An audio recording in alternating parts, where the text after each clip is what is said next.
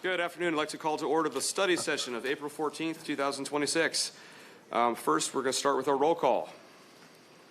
Deputy Mayor Bushnell. Present. Councilmember Diaz. Here. Councilmember Hines. Here. Councilmember Palmer. Absent Councilmember Rumba. Here. Councilmember Sidalge. Here. Councilmember Scott. Here. Councilmember Walker. Absent Mayor Ibsen. Here. We're going to start with our only briefing item today, which is Connect to Tacoma, an update from our Public Works Department, starting with the Director Curtis Kingsolver. Go ahead. Not sure if I'm on yet or not. Am I on? Okay.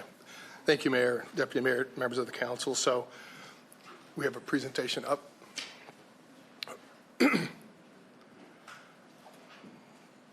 As we're up and running here.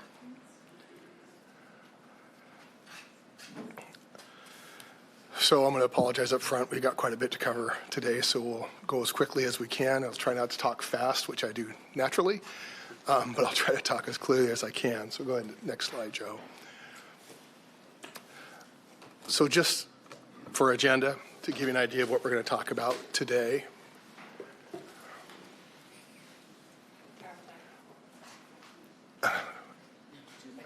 Too many.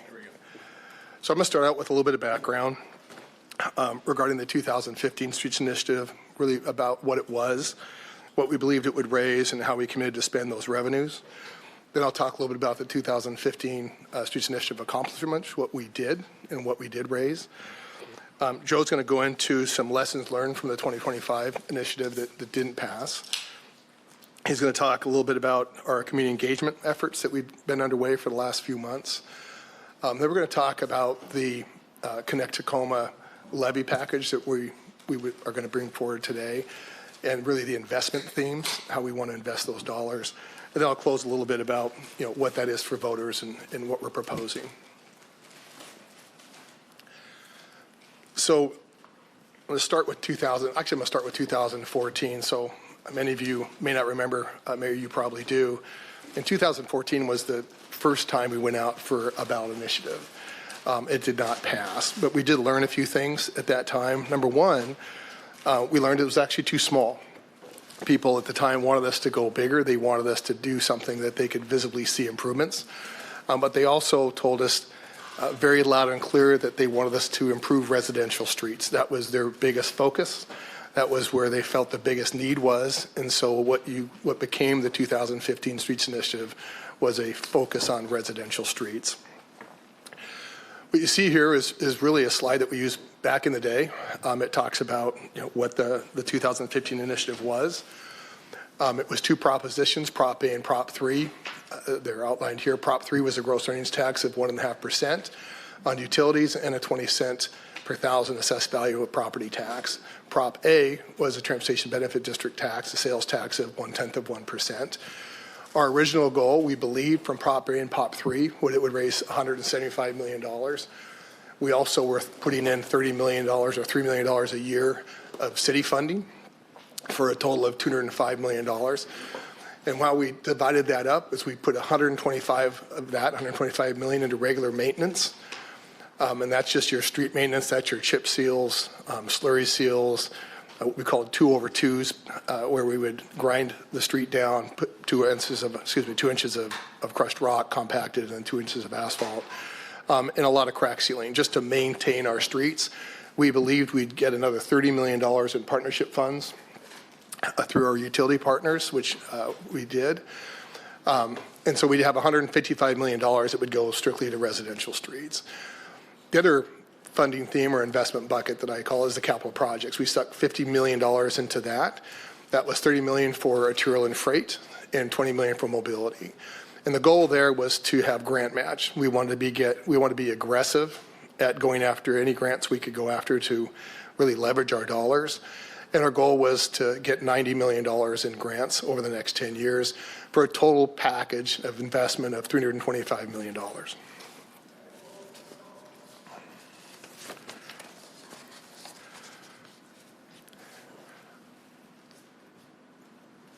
Was slow. It was weird how that loaded. I'm sorry. So this is what we ended up with today. So ultimately, we raised $202 million through Prop A and Prop 3. The city, of course, did commit the $30 million over 10 years for $232 million. Our goal was to be at $165 million for residential street maintenance. We're at 164. We ended up with 27 million in partnerships, so we're a little shy of the 30 million that we anticipated, but pretty close. The big change, though, is we have $194 million that went to capital projects. 144 million of that is grants. 89 million was grants for arterial and freight, and another 55 million was for mobility. So that is really where we capitalized and maximized a lot of our resources, was that $144 million. To date, we're at 401 million. It's actually, I think, 403 million now is what we've collected. The 358 million that we've spent is what's actually been constructed. So when we started this in 2015, I made a decision that I didn't want to include projects until they were done. So I never know how much they're really going to cost, and I didn't, we were always adding a little bit to projects. So the reason why you see the 358 is that's really what we have completed so far. We have another $55 million worth of projects that are either in design, going out in construction, or going out to bid later this year or early next year. And we have $7 million, roughly $7 million that is unspent. And so we're still going after grants. We have a grant right now that we're going after it's $2.5 million for Pine Street from Center to 47th. 2.1 million for Man Elementary Safe Routes to School, and $3 million for South 12th Street from Cedar to Puget Sound. So we're still working at it. That $401 million project cost or revenues is going to grow, and certainly our local grants are going to grow as well.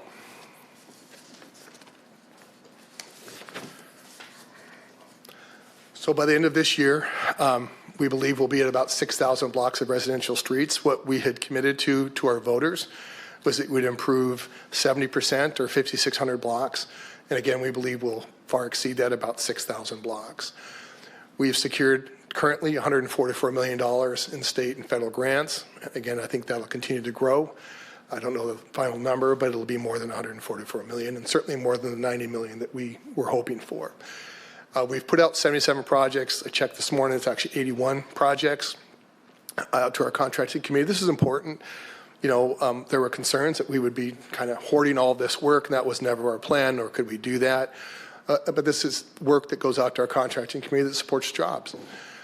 Every dollar we've invested has given us a large return, leveraged $3 in total project value. We developed strong relationships with environmental services, TPU, developers, Tacoma Public Schools, Parks Tacoma.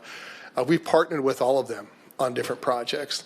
One that comes to mind is Wilson, now Silas. We partnered with the school district when they were rebuilding that school to improve their streets. They had a lot of half streets that they were going to have to repave. We did the same thing with Parks Tacoma, and we've done some other of the private development just up the street. St. Helens, the developer was going to be rebuilding half the street, and we partnered with them to rebuild the other half. And so if I could make one point, it would be no more half streets. Prior to this initiative, we frankly had a lot of half streets being developed or being reconstructed. And the reason being is when Tacoma Water and Environmental Services, who partner up on a lot of projects, when they would reconstruct or their infrastructure, they're only required to rebuild typically half the street, especially on a residential street. And the reason being is they're a rate-based utility. Their job is not to repave our street system. We just never, or shouldn't say never, we rarely had the funding to partner with them so that we could do the other half of the street. And so prior to the initiative, we actually had, I think it was over 20 blocks in North Tacoma that were reconstructed, and they were, half the street was brand new, the other half street was nowhere near brand new. Ideally, we'd, of course, built their other half with them. We just didn't have the resources. And frankly, the community doesn't understand that and doesn't realize that. And it's frustrating for them, and it's frustrating for us. So we have not done that in the last 10 years. We have been able to partner with them, construct the other half of the street, which I think is just a significant improvement of where we were before. 84% of the funds that we've taken in has gone out to our contracted community. Again, that supports local jobs. And we passed every audit. The money collected, all of it, went to what was promised, none to the general fund or to other areas of need. All of it, as promised, went to improving our street system. Yeah, thank you, Curtis. Good afternoon, Mayor and Council members. My name is Joe Franco. I serve as the Special Assistant to the Public Works Director. Before we talk about where we're going, I also want to ground us in what we've learned from both the original Streets Initiative and the 2025 proposal. As a reminder, in 2015, voters approved the Streets Initiative with a 1.5 gross earnings tax and a 20-cent per 1,000 assessed value for a defined 10-year period. That structure and that clarity set a strong foundation for delivery and accountability. Through the 2025 effort, we heard several clear takeaways. So first, the proposed funding structure, which was the 2% gross earnings tax you see here on the screen and the 25-cent per 1,000 assessed value for property tax, given a lack of defined duration, did not align with our community's expectations, particularly given broader economic pressures across households. Second, we found that awareness of the Streets Initiative and the projects delivered was lower than expected. That told us that we need to do a better job clearly communicating outcomes and demonstrating value. Third, we heard strong alignment on our community priorities. Community wants us focused on the fundamentals, which are arterials, safety, traffic calming, and improving connections across neighborhoods. And we continue to see that work already delivered. For example, projects like you see on the screen here, like the North Mullen Street, show the type of neighborhood level improvements people value and want to see more of. Importantly, we also heard that the Levy development process itself matters. Moving forward, that process needs to be grounded in community-oriented engagement, clear and accessible communication, and transparent decision-making. And lastly, all this work is guided by our adopted city priorities, including Vision Zero, safety goals, the Climate Action Plan, the Transportation and Mobility Plan, and the city's Equity Index. Together, these lessons set a foundation for a more focused and responsive approach. So with that in mind, I'll walk through how we're responding to those needs. In response to what we've learned, we've been developing a framework that is more focused, more transparent, and more aligned with community priorities. Across our engagement, we heard consistent themes: the need for safer streets, better maintenance, improved pavement conditions, and a system that works for everyone, whether people are driving, walking, biking, or taking transit. That's reflected in the core investment areas shown here, which are safety improvements, maintenance and pavement preservation, multimodal access, and addressing our critical infrastructure gaps. These aren't abstract categories. They reflect real everyday experiences, from deteriorating arterials to missing linked sidewalks and unsafe crossings. The images on the slide highlight examples of that work, from residential improvements like the Streets Initiative package on South Trafton Street to larger system connections like the Tacoma Spur stadium ramps. Together, they represent the range of investments needed to keep the system functioning and improve access across the city. To ensure this framework stayed grounded in community priorities from the beginning, we established the Community Levy Committee as an advisory committee.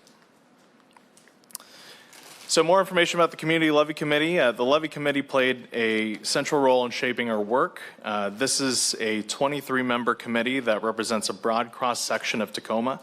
This included labor, real estate, private business and construction, community-based organizations, and public partners like the Port of Tacoma, Parks Tacoma, Tacoma Public Schools, and Pierce Transit.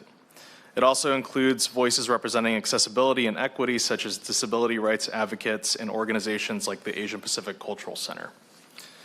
Their role was to reflect community perspectives and ensure that we were incorporating considerations around access, opportunity, and belonging throughout the process. They reviewed engagement input, validated key terms, and provided feedback on investment priorities and draft materials. In addition to the committee, we've also been conducting and continuing to conduct targeted one-on-one conversations with key stakeholders. This includes organizations like Safe Streets Campaign, our city commissions, such as the Commission on Disabilities and the Bicycle and Pedestrian Advisory Group, as well as community partners like Degrees of Change, Cascade Bicycle Club, Disability Rights Washington, Hilltop Action Coalition, and Reach Tacoma, and many more. Together, this helped ensure we're hearing both broad community perspective and more detailed issue-specific input, and that work was supported by a broader set of engagement efforts, as you can see here. So we've taken a comprehensive and intentional approach to community engagement to help shape this proposal. Our goal has been to gather both broad public input and deeper stakeholder-informed perspectives, building on the feedback we received during the 2025 proposal. That included targeted one-on-one conversations with advocacy groups, neighborhood leaders, transportation partners, and organizations representing historically underserved communities. We also hosted a Connect Tacoma community listening session and an open house on April 2nd, a couple weeks ago, which had strong participation with over 100 attendees and more than 120 comments collected. That provided real-time feedback, was critical in helping us identify key themes and community priorities. Curtis, was there? Okay. In addition, we supported this work with ongoing digital engagement, coordinated communications, and upcoming website content to ensure information is accessible and reaches a broader audience. Taken together, this represents a robust and thoughtful engagement effort. The framework we're bringing forward today is directly informed by what we've heard from residents, stakeholders, and community partners across Tacoma. So, taken together, this reflects a more intentional, transparent, and community-driven approach built on what we've learned and grounded on what we've heard. I'll turn it back over to Curtis. Thanks, Jill. So after lessons learned from 2025 Levy, working with the Community Levy Committee, receiving feedback from our town hall, one-on-one conversations, and other feedback, we landed on what we're calling the Connect Tacoma Safe Streets and Sidewalk Levy. Similar to 2015, we ended up with a proposed levy that combined with grants and partnerships would raise approximately $320 million over the next 25 years, or 10 years. And again, similar to 2015, where we had 3 investment themes, those being residential street maintenance, arterials and freight, and mobility, we now have better neighborhood streets, safer streets for everyone, and improved connections. Better neighborhood streets will focus on enhancing the quality of our neighborhood streets and nearby places. Safer streets for everyone will focus on improving our business streets and key arterials, and improved connections will focus on providing easier access to transit, schools, parks, libraries, and neighborhood business districts.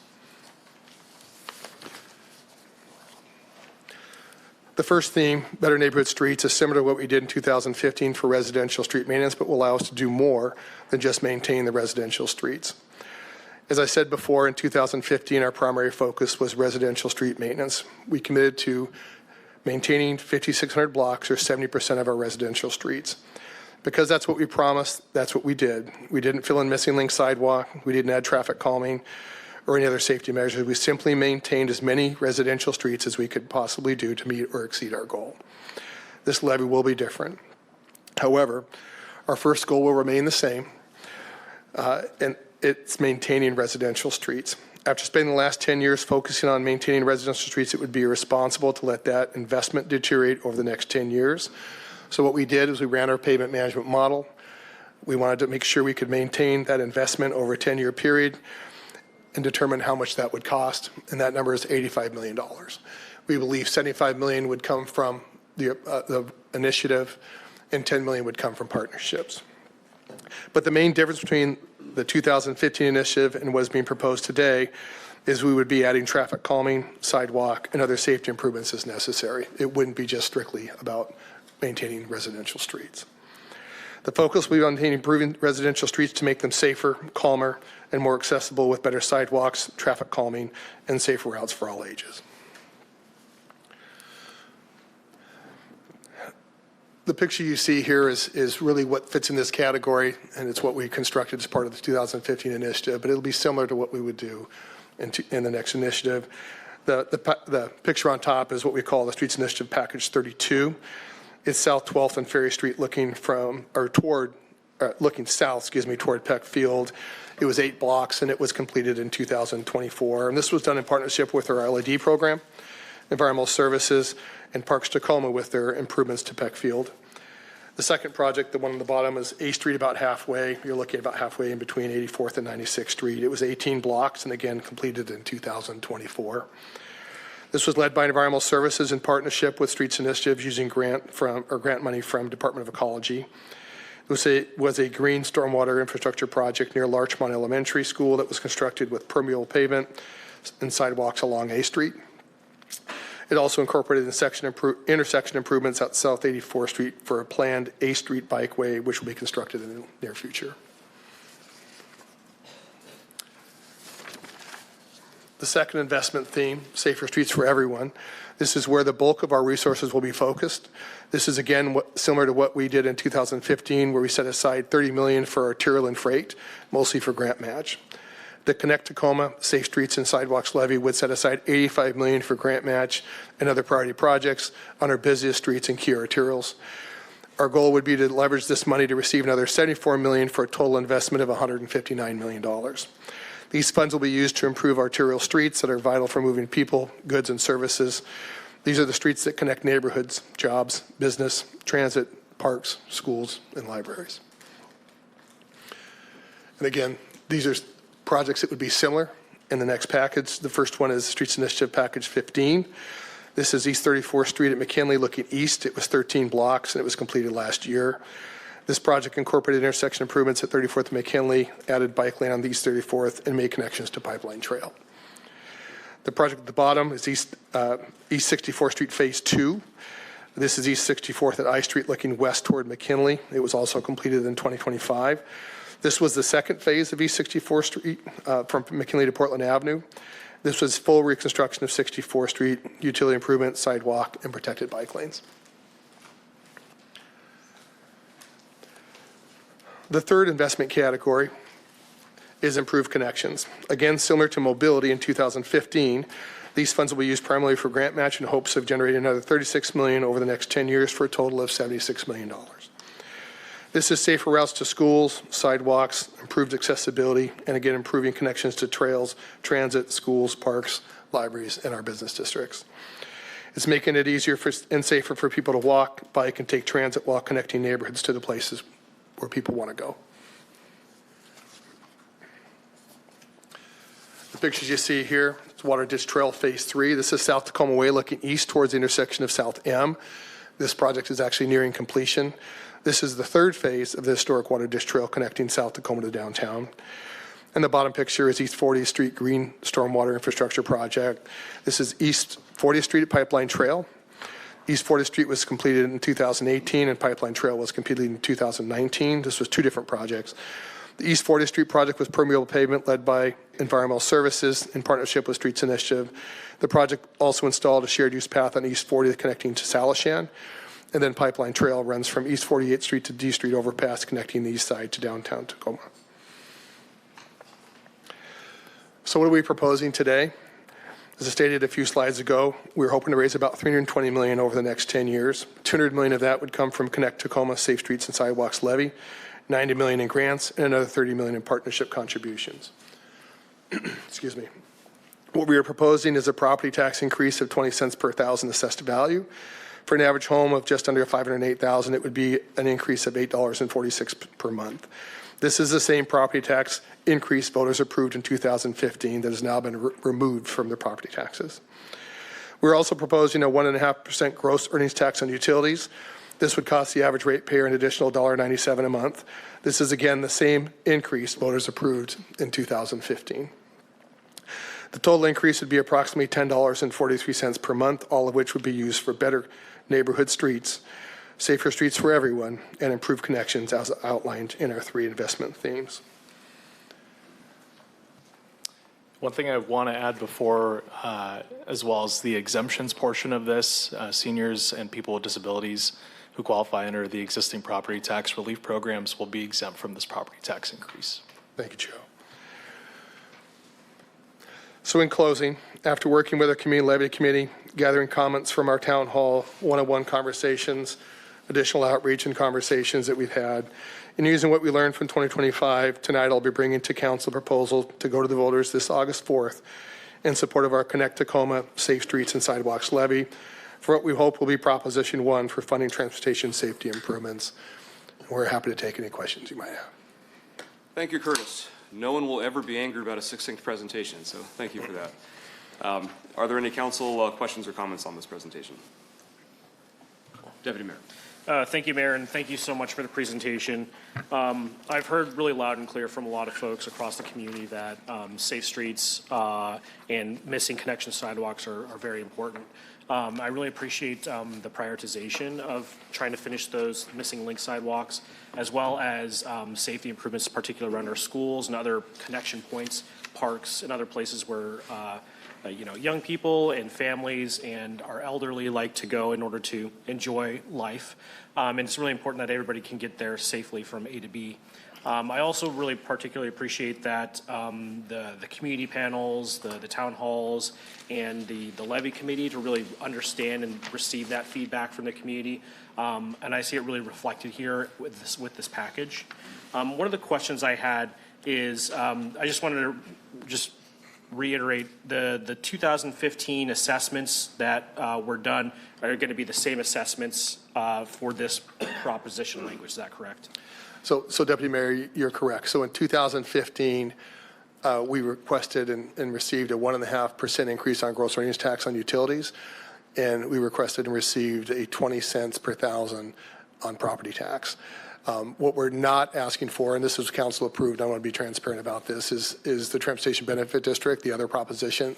That was approved by council. I think it was in 2024. I was gone at that time. So this is exactly what we requested in the 2015 proposition. Got it. Thank you. So it's essentially a replacement for that levy that's expired. And it's the same assessment as last time, but with just a slight change in focus, because previously it was really about residential streets, because that's what we had heard at the time, and we had followed through on those obligations.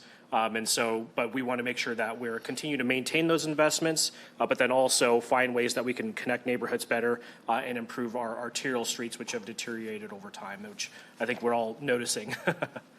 No, you're correct, and I think it's important to note that what we did is, I mentioned, we wanted to look back at what it would take to just maintain what we've done on residential streets and to move the needle a little further, because there's still work to be done. And that's really what set that original bucket of $84 million. And then the remaining dollars, we knew the focus needed to be on our arterial street network. And so that's where that 50% of that went. And then the remaining went to the improved connections, which we think the difference between this levy and the last one is, again, we were very descriptive in where we could spend the resources. And so when we were doing arterial projects, we did not, in some streets, add different amenities like pedestrian crossings, safety measures that were not included strictly in that project. And so we were taking money or grants also from that other bucket of money for mobility to actually cover those costs. We won't be doing it this year. When we are building a project under the arterial side, the Safer Streets for Everyone, that'll be complete. They will have all those amenities, accessibility, everything will be done. That leaves that other, I'm going to say, bucket of money for improved connections, strictly for making those improvements. You're talking about sidewalks, safety improvements, the things that get us to our business districts, to our parks, to our schools. We'll be working, again, hard with schools on what their plan is, with parks, to make sure we're connecting to trails, the things where people want to go.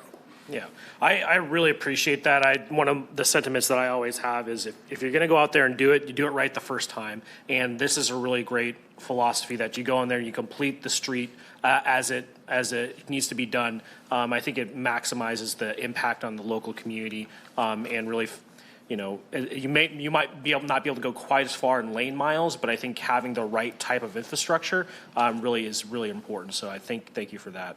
And I'd say that's a lesson learned as well. Absolutely.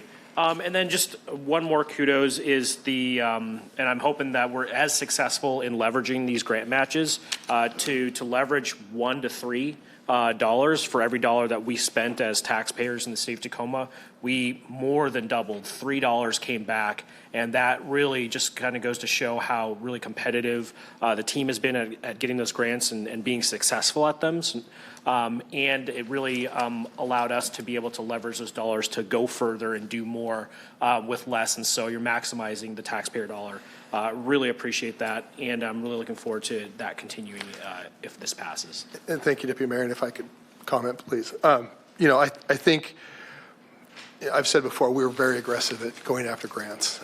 And we've been incredibly successful. We've learned a lot. And I think we'll we'll do better even now. But I do want to point out something different too. There are, the last initiative enables us to do things that we've not been able to do in the past. Sometimes there's projects that just aren't going to be grant funded. They just don't score well. Lincoln District was one of them, but we were able to use Streets Initiative. I'm going to explain that it was through a mixed sources. This was general fund, REIT, LTGO bonds, utility contributions, and Streets Initiative for a total of $8.9 million. It enables us to do those types of projects. We have projects that we'd still like to construct. North Point Way is one of them where it's just not a street that's going to probably be successful at grants. Doesn't mean it's not something we should construct. And so there's projects that we want to work on that this will enable, hopefully to do some of those projects as well, even though they may not get grants for them.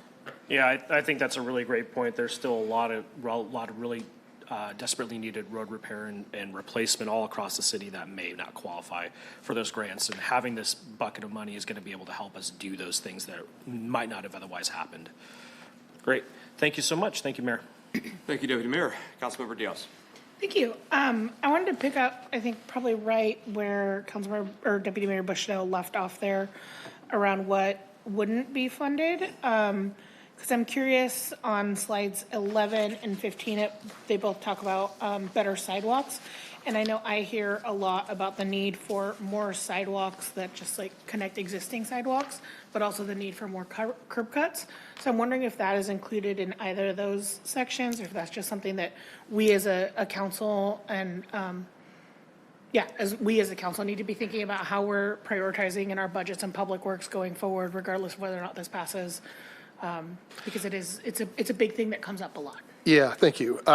Councilor Diaz, so I'm going to say that's actually going to be covered in both of those funding themes. In particular, ADA accessibility, we really, I'm going to say it this way, it's required, and I don't like saying that because it sounds like we don't want to do it, but it's required. We're going to make those improvements. I think the big difference is really the missing link sidewalks, and in both those Safe Streets for Everyone and improved connections, that's going to be a lot of that work. Mm-hmm. Excellent. And then I'm sure that later on, should this pass, there'll be conversations or policy work that happens around how we prioritize which missing sidewalks come in. I don't know how the sausage is made there. I don't know that I need to know that now, but I'm just assuming that will come later. In terms of, I don't know that there's a neighborhood in Tacoma that I haven't driven past or walked past or been in that doesn't have a missing sidewalk or missing curb cut or things that were done that aren't up to now ADA code. So I just. Yeah, I think, different than what we had in 2015, we have Vision Zero, we have Safe Routes to School plan. We want to further those.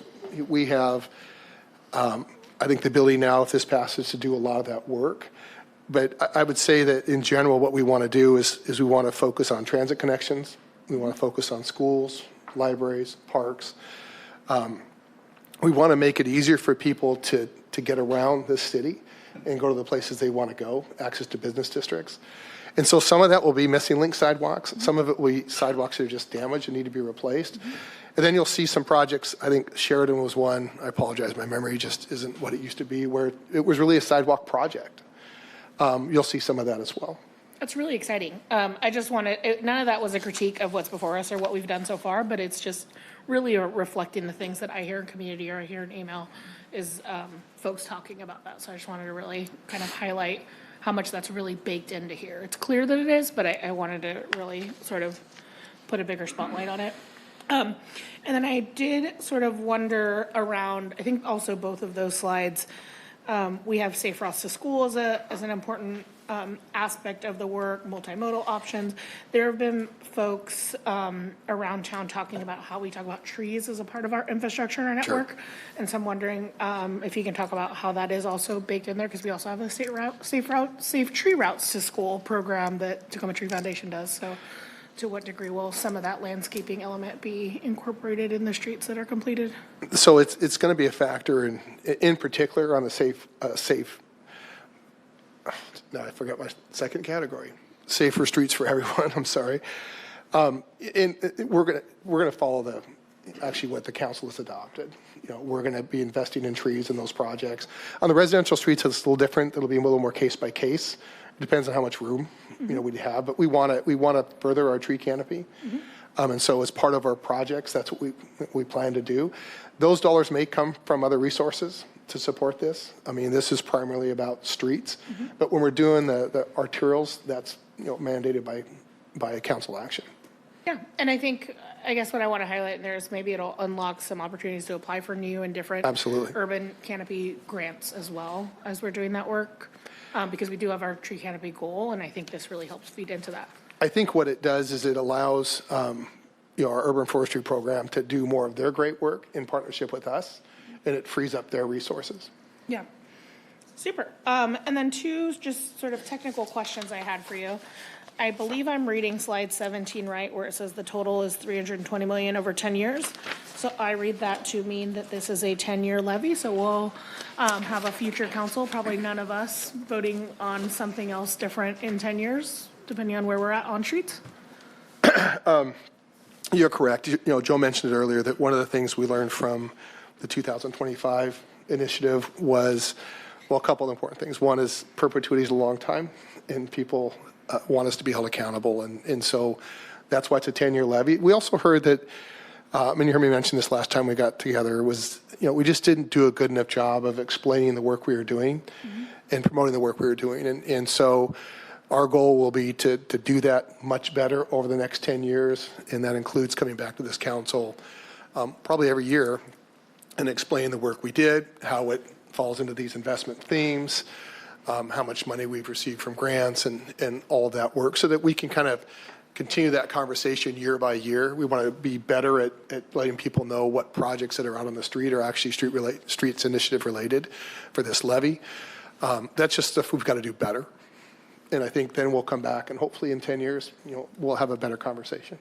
Yeah, that's great. And I think it also is helpful to have sort of almost like a capstone, right? You finish it, you get to say, here's what we did in the 10 years. So I think that helps inform what the next conversation will be, because in 2015, there was a different conversation about what was needed versus what's before us now. So I think it's probably just a good way for the public to understand, and for us as a department to adapt what we're doing to meet whatever the 2035 need is going to be.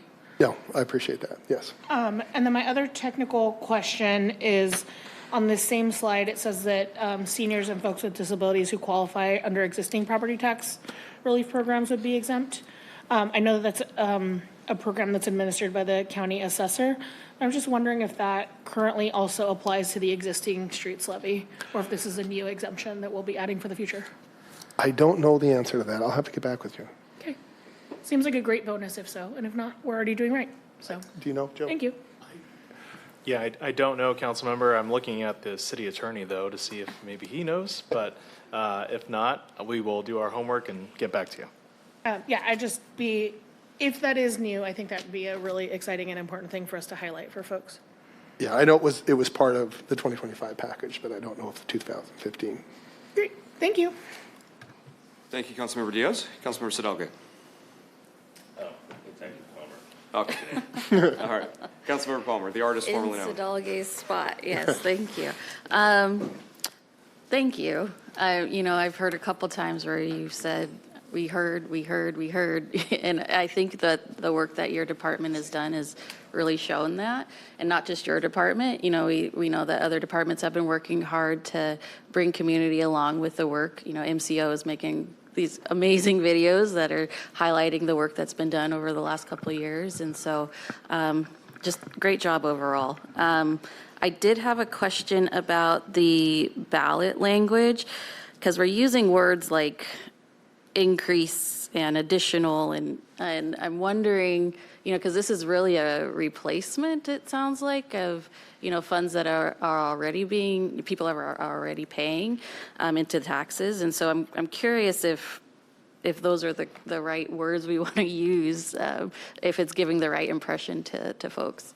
I think it's a great question, and one thing interesting about these propositions is ultimately you get about 13 words out of it to use. I think I will ask our city attorney if you want to elaborate on that. It's a good question, council member. There are limitations in state law on what can be contained in a ballot title. There are also word limits, and so we have to be very concise, and it has to be factual information that's in the ballot title, and it's also subject to review and challenge, so we have to make sure that it meets statutory standards. So we choose the words very carefully. And remember, the ballot title is not an advocacy statement. It is a statement of what it would do if passed. And it's not a statement of what exists now. It's a statement of what this particular initiative will do. And so we feel confident after reviewing the ballot title that it represents what state law requires. And obviously, anyone that is out campaigning for or against it can add to that statement that this is what the limits are of what the city can do. Thanks. Thank you. Councilmember Hines. My microphone over here. Thank you. Woo. Thank you, Mr. Mayor. And thank you, Curtis and Joe. I had a couple questions and then a couple comments. So the first one is, so we look back in 2015, we had the partner contribution set at $30 million, but then when I see us looking at the 2026 version, we still have it set at $30 million.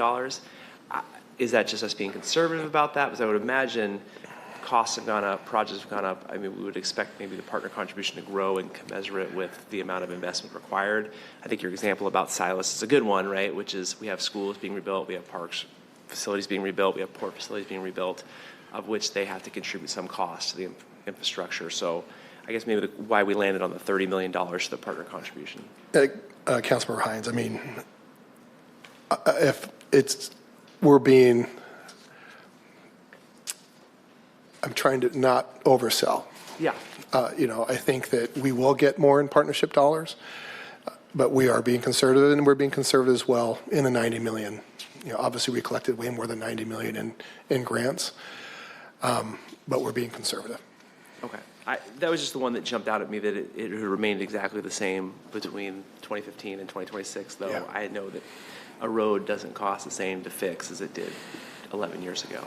So, yeah. But to your point, we'll be building less as well. Yeah. We won't be able to construct as much, and so we won't have as many opportunities to partner as well. Okay.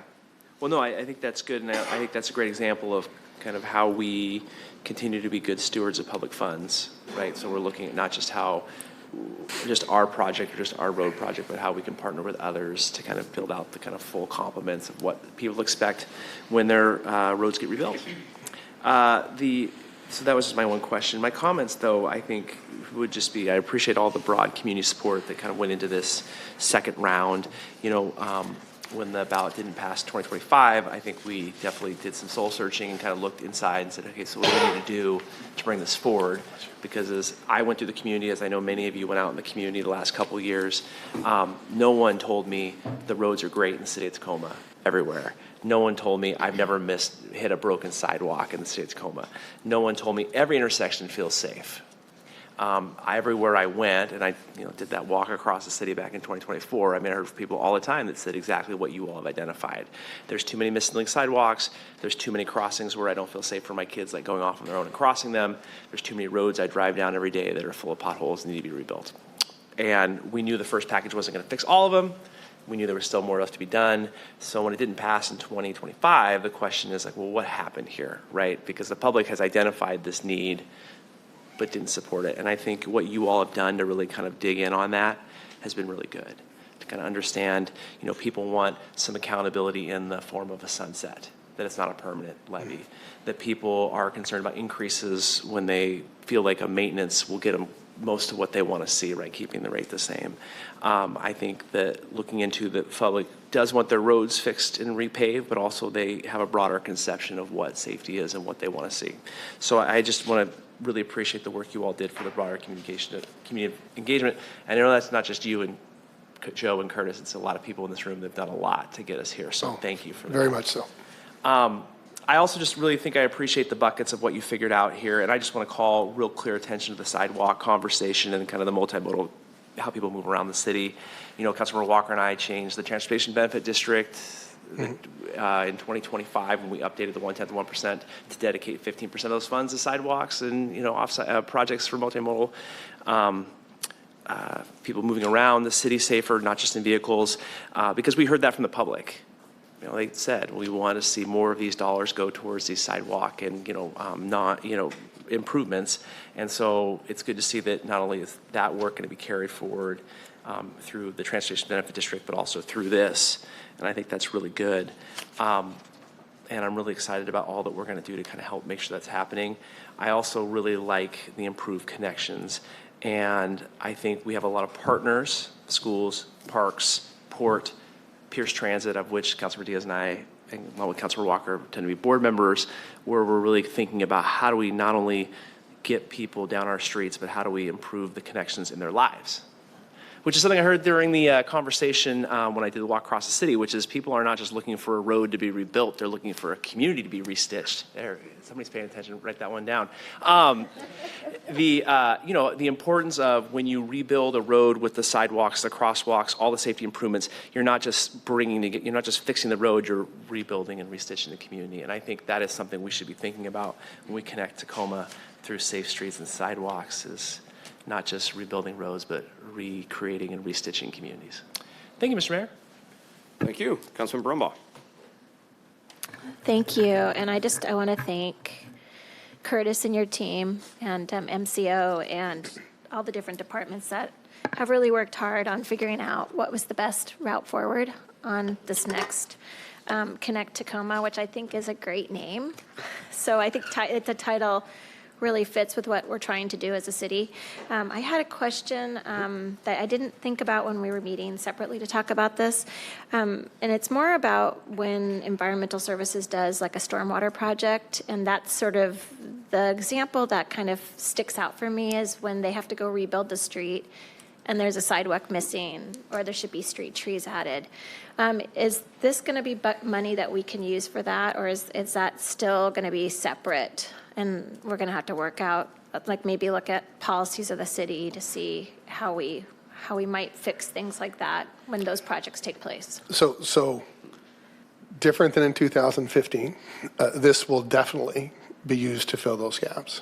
That was a bit of a lesson learned, and a struggle for us is when Environmental Services was doing a lot of their work, we were partnering with them on the road piece, but we didn't set aside dollars really for what you're talking about, which is really missing link sidewalk or just sidewalk in general. The money that we set aside for mobility was really for grant match. We did a great job. We took 20 million and turned it into 55 million, but the missed opportunity was what you just talked about. Yeah. And that is specifically what we're changing in this initiative. Okay, that is fabulous, because I think that was sort of a missing part for those contracts that we didn't think about that. So thank you for addressing that. And then just, I want to thank you so much for bringing North Point Way out. We've had a lot of, people from Northeast Tacoma concerned about that street, and I know it might not reach the same level as some of the other streets. Like I always bring up Portland Avenue as one of the ones I think is the most important to fix, and it needs places for people to cross, and it needs a median, and it just needs everything to make it safe. And so it's not the same level, but it's still, I really feel like it's significant, and thank you for mentioning that. I had one more question, but I will wait and ask you later. Thank you. Thank you, Councilmember Rumbaugh. Curtis, I just want to sincerely express my appreciation for all the hard work that you, as well as the volunteers who've been part of this conversation, have really put into this. This has been an exercise in active listening. It's no secret that this is a core issue that so many people in our community care about, infrastructure, public safety, and also just the economic development angle, too, of connecting neighborhoods, activating spaces, helping our small business community. And for me, at least, this isn't even just simply about streets or even just about being responsive to these chief concerns. It's about rebuilding trust and about showing that local government can be a force for actively, responsively owning these issues and making people feel prouder of their city. So just wanted to really give a big kudos for that. A lot more conversation to happen, but thank you from the bottom of my heart, and looking forward to continuing this conversation. Any other comments or questions from the City Council? Curtis, any final comments? No, I appreciate your time. Thank you. All right, very good. Well, this conversation will be something we discuss tonight, and Yes. With that, thank you very much for this presentation. Thank you. All right, with that, we're moving on to other items of interest. Are there any other items of interest from the City Council? Seeing none, are there any committee reports to share from the council? So I have one myself. Myself and Councilmember Sidalge actually represented the city of Tacoma overseas. We were part of a delegation representing the city of Tacoma, the port of Tacoma, our sister cities delegation, and other community partners representing Tacoma in China, which we have one sister city, the city of Fuzhou, and 3 other friendship cities as well. The purpose of our trip was commemorating the 55-year anniversary of ping pong diplomacy, which began the normalization process between China and the United States in Beijing, as well as working with very important stakeholder groups like some of our major port trading partners, as China is roughly 50% of all of our imports and exports at the port of Tacoma. So a lot of this was the basis of future economic development and trade conversations, as well as just people's hunger for normal, outcome-based, results-focused communications just in the wake of all the international dysfunction that we're seeing right now. So it's good to have some cooler heads talking about things that really matter, like jobs, the economy, and sharing stories of innovation. So I think that was a very productive 10 days that we spent. I'm still quite jet-lagged, but the work must go on, and I think it was a very good use of our time. Councilmember Sidalge, is there anything you'd like to share? Sure. Thank you, Mayor. Yeah, it was an eye-opening trip to go through 4 different cities and several different jurisdictions, actually, when we were in these cities all over China. But what I also want to emphasize, and something that was really meaningful for me, was to be on this journey with Lincoln High School, who was also there. They were doing a flag football kind of tour with the girls team that won, actually, and the boys team was there. That was really meaningful for me because it's really important that people connect with one another around the world. You know, there's a lot that goes on high levels. I mean, we're the lowest level of government, right? But government levels and the levels in which people live, you know, they're different. And to have connections that are forged, you realize the people wherever they live are generally the same. We shared a lot of stories with our counterparts over there and understood that their fears and desires are similar to ours, and they were proud of their what they've done and welcomed input from us. Also, to see the name Lincoln High School in print in more than one museum area, because it is actually relatively well known around there, was amazing to see our students represent us. I was really quite proud. So that was a key takeaway that I was really keen on. Thank you. Thank you. Councilmember Scott. Okay. All right, very good. Okay. I think everything's shifted. Just working with this new normal. Okay, very good. Seeing no further committee reports, I'd like to call on the Deputy City Manager, Allison Griffith, to begin the City Manager's Weekly Report. Thank you, Mayor and Council, for your awareness on this evening's meeting. There are 3 proclamations. The first is proclaiming April 13th through 17th as Black Wellness Week. The second is proclaiming April 12th through 18th as Cambodian Genocide Awareness Remembrance Week. And the last is declaring April 2026 as Sexual Assault Awareness Month. There are no modifications to tonight's agenda. There are 2 opportunities for the public to provide input to you this evening. The first is under regular public comment, which of course is regarding motions, resolutions, and ordinances on this evening's agenda. And the second is community forum, where speakers may discuss items over which the City Council has jurisdiction. Please let us know if there's any questions ahead of tonight's meeting so we can set everyone up for success. And finally, attached to the study session agenda is the weekly report to council. Thank you, Mayor. Thank you, Deputy City Manager. I'll now entertain a motion to convene to an executive session pursuant to RCW 42.30.110, Section 1G, to review the performance of a public employee not to exceed 30 minutes. So moved. Second. Moved and seconded. All those in favor to convene to an executive session, please signify by saying aye. Aye. Those opposed say nay. Motion is declared adopted.